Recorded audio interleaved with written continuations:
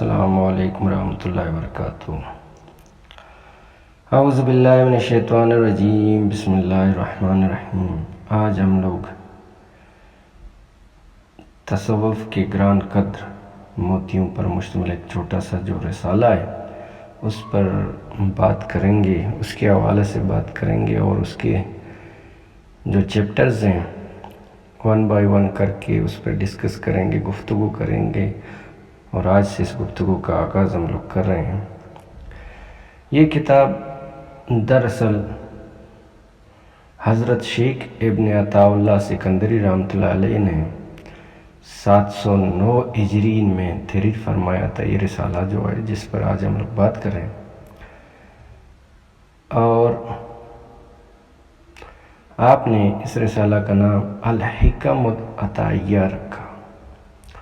اس کے بعد حدیث شریف کی جو مشہور کتاب جامع کتاب کنز الاعمال، اس کے جو مصنف ہیں حضرت مولانا علی متقی رحمۃ اللہ علیہ نے، اس نے 975 ہجری میں اس رسالے کی بتویب کی، جس کا نام آپ نے تبویب الحکم رکھا۔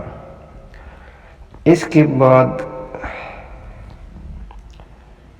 اس کتاب پر حضرت مولانا خلیل احمد صاحب محدث سہارنپوری قدس سرا 1347 ہجری میں آپ نے اس پر کام شروع کیا اور اردو زبان میں آپ نے اس کا ترجمہ فرمایا، اور اس کی پہلی اشاعت جو ہے حضرت مولانا اشرف علی تھانوی رحمۃ اللہ علیہ نے کی، اور آپ نے اس کا نام اتمام النعم رکھا۔ اس کے بعد حضرت مولانا محمد عبداللہ گنگوہی رحمۃ اللہ علیہ نے اس کتاب پر کام کرتے ہوئے، اس رسالے پر کام کرتے ہوئے اور شرح بیان کرتے ہوئے مزید اس کی اردو شرح میں ایک کتاب نامہ لکھا، اکمال الشیم نام رکھا آپ نے اس کتاب کا، جس کے معنی ہے تکمیل اخلاق۔ اس کتاب کے پہلے باب میں علم کا بیان ہے کہ علم کی حقیقت کیا ہے، کون سا علم زیادہ فائدہ مند ہے، عالم حقانی اور غیر حقانی میں فرق کیا ہے، یعنی حقیقی عالم اور غیر حقیقی عالم میں فرق کیا ہے، جس کو حقیقت میں عالم کہتے ہیں اس میں، اور وہ جس کو ہم زبان میں لوگ عالم سمجھ رہے ہیں اس میں کیا فرق ہے، کس بندے کو ہم لوگ حقیقی عالم سمجھتے ہیں، اس پر بات ہو رہی ہے پہلے باب میں۔ تھوڑا اس باب کی عبارت پر نظر ڈالتے ہیں۔ اس باب میں مصنف صاحب لکھتے ہیں، علم فائدہ بخش وہی ہے جس کی شعاعیں سینے اور دل میں پھیل جائیں اور دل پر سے شکوک اور ودام کے پردے اٹھا دیں۔ علم فائدہ بخش اور نافع سے مراد حق تعالیٰ کی ذات و صفات کا علم ہے، اور نیز وہ علم ہے جس سے اس کی بندگی کی کیفیت معلوم ہو۔ اس علم کی مثال شمع یا چراغ کی سی ہے کہ جب وہ کسی بندے کے دل میں ڈالا جاتا ہے تو اس کی شعاعوں اور انوار سے اس بندے کا دل پر ہو جاتا ہے، اور تمام شک اور وہم خواہ متعلق دین کے ہوں یا دنیا کے زائل ہو جاتے ہیں، اور ہر امر میں یقین اور حقیقت کے دروازے کھل جاتے ہیں، اور شہوت و قدورت کی تاریکی اس کے دل سے دور ہو جاتی ہے، اور حقیقت علم جس کا نام ہے وہ یہی ہے، اور جس علم کی یہ شان اور تاثیر نہ ہو وہ علم ہی نہیں، وہ محض زبانی علم ہے۔ ادھر مصنف صاحب فرما رہے ہیں کہ جو علم ہے، جو حقیقی علم ہے، جو کامل علم ہے، جو فلاح والی علم ہے، وہ علم ہے جس کی شعاؤں سے، جس کے نور سے، جس کے حاصل سے آپ کے دل اور سینے سے شکوک اور شبہ وغیرہ ختم ہو جائیں۔ یعنی علم، اصلی علم، حقیقی علم وہ ہے جس کے حاصل کرنے کے بعد آپ الٹیمیٹ رزلٹ پر پہنچ جاتے ہیں، اس کے بعد آپ کو کوئی بھی شک اور شبہ اس چیز میں نہیں رہتی۔ اس علم کو کہتے ہیں حقیقی علم۔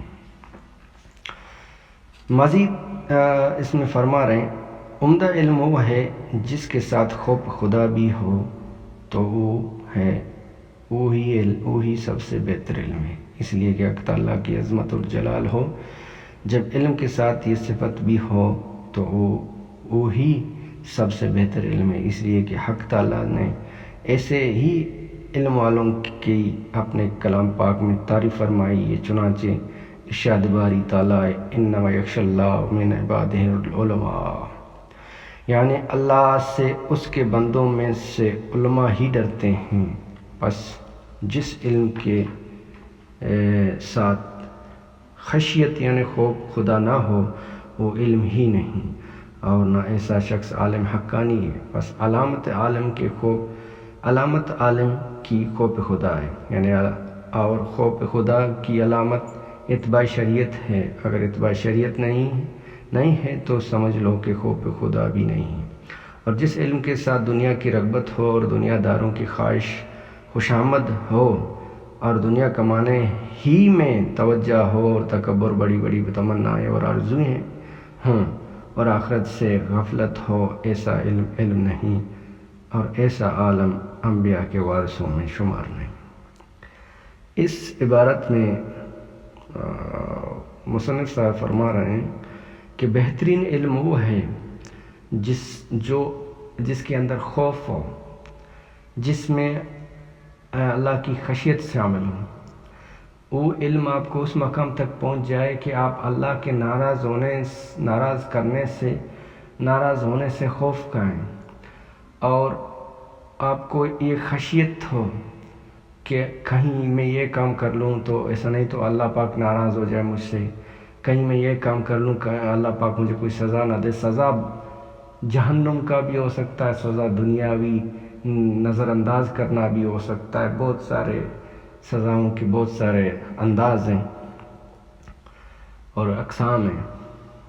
تو اور اس قسم کا عالم جس کی علم کی وجہ سے وہ رب کی خشیت میں آ جاتا ہے، وہ عالم حقیقی عالم ہے۔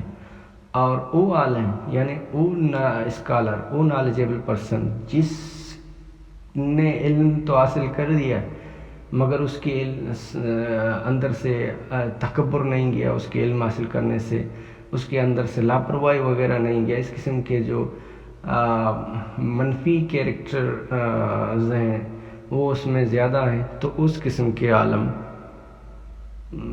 جو ہے وہ حقیقی عالم نہیں کہلا سکتا۔ عالم وہ ہے جس میں عجز آ جائے، عاجزی آ جاتی ہے۔ عالم وہ ہے جس میں خوف خدا آ جاتا ہے۔ عالم وہ ہے جو کسی جاہل کے ساتھ ملتا ہے، بولتا ہے اللہ پاک آپ کو سلامت رکھ کے اس کے ساتھ لڑنے میں شروع نہیں ہو جاتا۔ تو اس قسم کے عالموں کو مصنف نے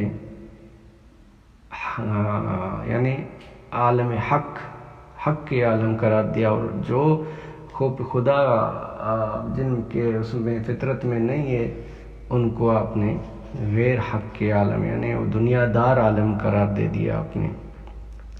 مزید آپ فرما رہے ہیں علم کے ساتھ اگر تجھ کو خوف خدا بھی ہو اور تجھ کو فائدہ بخشے اور ورنہ وہ تیرے لیے ضرر رسان ہے۔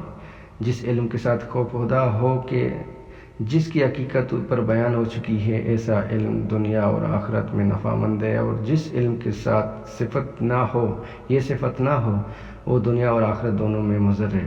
اور علماء حقانی و غیر حقانی میں فرق ہے کہ علماء حقانی خوف خدا کی صفت لیے ہوئے ہوتے ہیں، اور علماء دنیا خدا سے نڈر اور اپنے علم پر مغرور و متکبر ہوتے ہیں۔ مزید ادھر مصنف صاحب فرما رہے ہیں کہ یعنی وہ شخص، وہ عالم، وہ علم حاصل کرنے والا بندہ جس کے علم میں خوف خدا ہوگا تو وہ علم فائدہ بخشے، اور اس جہان میں بھی فائدہ بخشے، اگلے جہان میں بھی فائدہ بخشے۔ اگر او عالم، او علم جس میں خوف خدا نہ ہو، وہ ادھر بھی ضرر رساں ہے اور ادھر بھی ضرر رساں ہے۔ جیسے کہ مولا علی مشکل کشا نے فرمایا کہ علم بغیر تزکیے کی ہلاکت ہے، تو ادھر وہی بات ہو رہی ہے۔ کم و بیش اللہ معاف کرے اگر کمی بیشی ہوتی ہو تو اور حق، عالم حق اور غیر حق میں، یعنی حقانی عالم اور دنیاوی عالم میں فرق یہ کہ وہ حق کا جو عالم ہوگا، حقیقی جو عالم ہوگا، وہ اپنے علم پر جو ہے وہ اس کا علم کا اصل یہ ہوگا کہ میں کچھ نہیں جانتا، وہ مزید عاجزی میں آ جاتا ہے۔ اس کے علم کی وجہ سے علم کے اصول جو ہوگا لب الوباب یہ ہوگا کہ میں ابھی تک کچھ نہیں جانتا ہوں، یہ چیز اس کو عاجزی اور انکساری میں لے جاتا ہے۔ اور وہ عالم جو دنیا دار عالم ہوگا، وہ جب اس قسم کے علم کوئی بھی چیز حاصل کر لیتا ہے، علم اصول حاصل ہو جاتے ہیں اس کو، کوئی بھی علم، وہ اس پر جو ہے فخر کرنا شروع کر دیتا ہے اور اپنے کو کچھ سمجھنا شروع کر دیتا ہے، دوسروں کو کمتر سمجھنا شروع کر دیتا ہے، اپنے کو برتر سمجھنا شروع کر دیتا ہے۔ تو اس قسم کا جو بندہ ہوگا، عالم ہوگا، وہ دنیا دار عالم ہوگا، وہ حقیقی عالم نہیں ہوگا۔ وہ اپنے علم کے اوپر فخر کر رہا ہے تو فخر سے ہی زوال شروع ہو جاتا ہے اس کا، تو یہ حقیقی عالم نہیں ہوگا۔ یہ تھا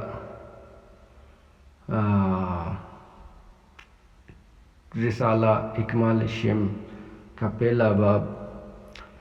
آپ اس کو سنیے گا اور فائدہ حاصل کیجیے گا۔ انشاءاللہ تعالی العزیز اگلے ویڈیو میں کسی دوسرے باب کے ساتھ حاضر ہوں گا۔ دعا میں یاد رکھیے گا۔ اجازت دیجیے۔ Thank you. اللہ حافظ۔